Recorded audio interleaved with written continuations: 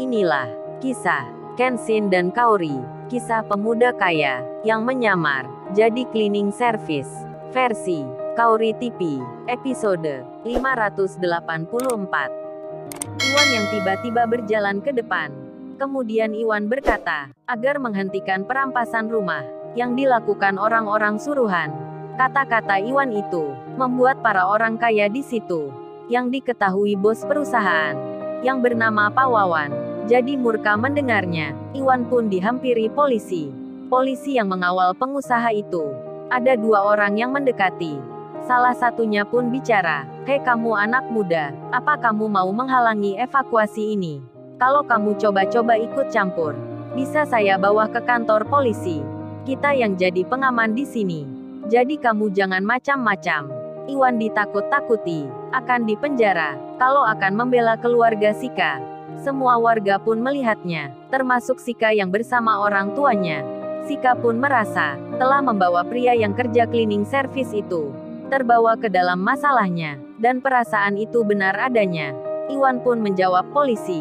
Iwan berkata lantang, tak takut akan ancaman. Iwan bicara, kan sudah saya bilang Pak Polisi, saya ini bukan anak kemarin sore, yang bisa digertak kayak begitu. Entah apa yang merasuki Iwan. Tiba-tiba ia berani sekali menghadapi pihak yang berwenang, padahal sebelumnya juga tak begini. Apa lantaran Iwan akan menikah, hingga keberaniannya bertambah, atau ada Kenshin yang di tempatnya, yang membuat Iwan merasa percaya diri sekali. Dan Pak Polisi lantas bicara, kalau gitu kamu saya akan bawa ke kantor, akan kami periksa di sana. Polisi terlihat mengeluarkan borgol. Iwan pun tak terima. Dan Iwan berkata, memangnya saya ini pencuri Pak Polisi? Masa mau diborgol segala? Para warga pun semakin khawatir jadinya. Mereka pun menahan diri, tak berani ikut campur akan masalah ini. Pak Polisi pun menjawab Iwan, menyangkut salah dan tidaknya, nanti kita buktikan di kantor saja. Iwan dipegang tangannya, hendak diamankan dirinya. Saat itu tiba-tiba lagi terdengar suara, "Tunggu-tunggu Pak Polisi, jangan menangkap teman saya, memangnya dia salah apa?" Kenshin terlihat berjalan maju ke depan. Semua orang pun melihatnya, ada yang mengenal Kenshin, kalau dia dulu pernah kos di sini. Tapi sampai sekarang mereka belum mengetahui akan siapa Kenshin sebenarnya. Begitu pula dengan Sika, yang pernah juga melihatnya, mungkin sudah beberapa bulan lamanya. Sika pun tahu, cowok yang pernah kos di kampung sebelah itu adalah juga bekerja sebagai cleaning service. Dan Pak Wawan bos perusahaan itu melihat Kenshin. Lantas dirinya berkata, siapa lagi ini yang cari gara-gara? Pakai menghentikan polisi segala. Dua orang kampung saja sok berani melawan. Sudah Pak Polisi, tangkap saja kedua pemuda ini. Jebloskan langsung ke penjara. Bikin rusuh saja nanti di sini. Pak Wawan dan anak buahnya pun melanjutkan bicara dengan Sika. Ayo Sika, kamu keluar dari rumah itu. Cepat pergi dan tinggalkan. Bawa barang-barangmu juga, karena rumahmu sudah resmi menjadi milik perusahaan. Terlihat orang suruhan Pak Wawan memang benar-benar mengeluarkan satu persatu kursi dan pakaian. Barang-barang kecil itu dilemparkan keluar rumah.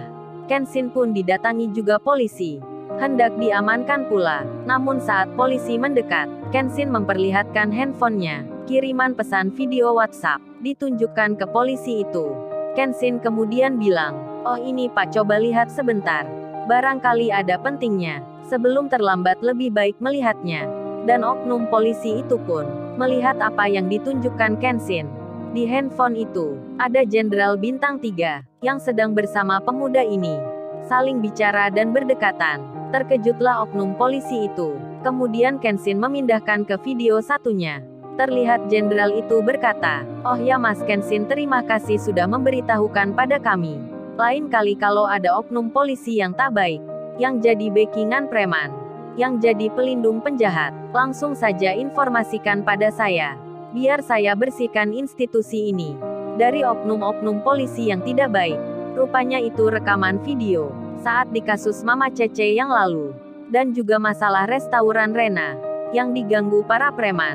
Tak tanggung-tanggung, ada dua jenderal, yang dilihat oknum polisi itu. Jadinya, mereka yang hendak mengamankan Kenshin, jadi berpikir dua kali. karena melihat dua jenderal yang mengenal pemuda ini, dan borgol yang sedang dipegang oleh oknum polisi itu, yang sejatinya akan dipakaikan ke Kenshin, tiba-tiba diturunkan lagi, dimasukkan ke dalam sakunya. Tangan Iwan pun dilepaskan, dan kedua oknum polisi itu pun menjadi berubah mukanya, dari yang berwajah garang, menjadi ramah tersenyum. Salah satunya pun bicara, "Oh berarti kalau gitu, ini hanya salah paham saja. Maafkan kita ya, biar masalah ini nanti saya bicarakan pada Pak Wawan saja." Para warga pun melihat polisi itu, yang sebelumnya nampak tegas, hendak menangkap Iwan, bahkan marah-marah dan mengancam. Kini tiba-tiba, kok jadi tersenyum. Terheranlah semua orang yang melihatnya. Pak RT pun demikian. Ada apa memangnya? Pak RT pun bertanya-tanya. Termasuk Sika dan keluarganya, yang melihat kejadian tersebut. Tentu saja Pak Wawan bos perusahaan itu, serta beberapa pegawai dan anak buahnya. Tak kalah terkejut pula, mengapa pihak yang berwenang, yang disewa untuk jadi pengawalnya, malah bersikap baik mendadak begitu. Pak Wawan pun melihatnya. Kemudian oknum polisi itu pun datang, menghampiri bos perusahaan, yang bersiap menyita rumah. Pak Wawan hendak bertanya, namun polisi itu bilang, dengan berbisik-bisik pelan, "Oh ya Pak Wawan, baiknya, evakuasinya hari ini ditunda saja dulu, sampai beberapa hari ke depan. Menunggu situasinya aman, karena pemuda yang baru datang itu, dia mengenal seorang jenderal, jadi kita tak bisa berbuat banyak." Pak Wawan pun menjawabnya, "Oh ternyata gitu sebabnya, Bapak tadi tiba-tiba berubah. Makanya saya kok jadi heran. Tapi kami tetap melanjutkan saja. Kami tidak takut dengan jenderal, karena surat perintah eksekusinya sudah diterbitkan dari pengadilan. Jadi kalau Pak Polisi ragu-ragu tak bisa membantu keamanan di sini, biar anak buah saya saja yang menggantikan."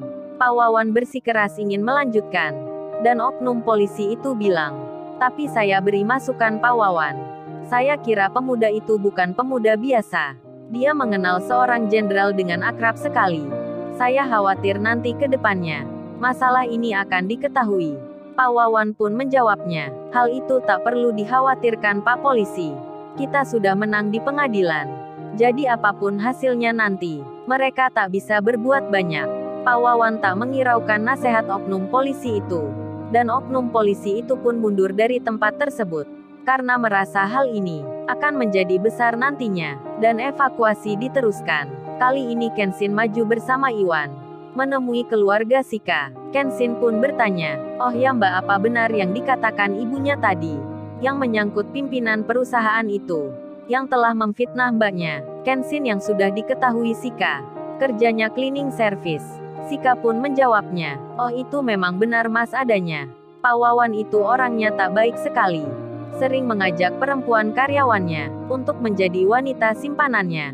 Saya pun akan dijadikan pula, dan dijanjikan jadi sekretaris pribadinya.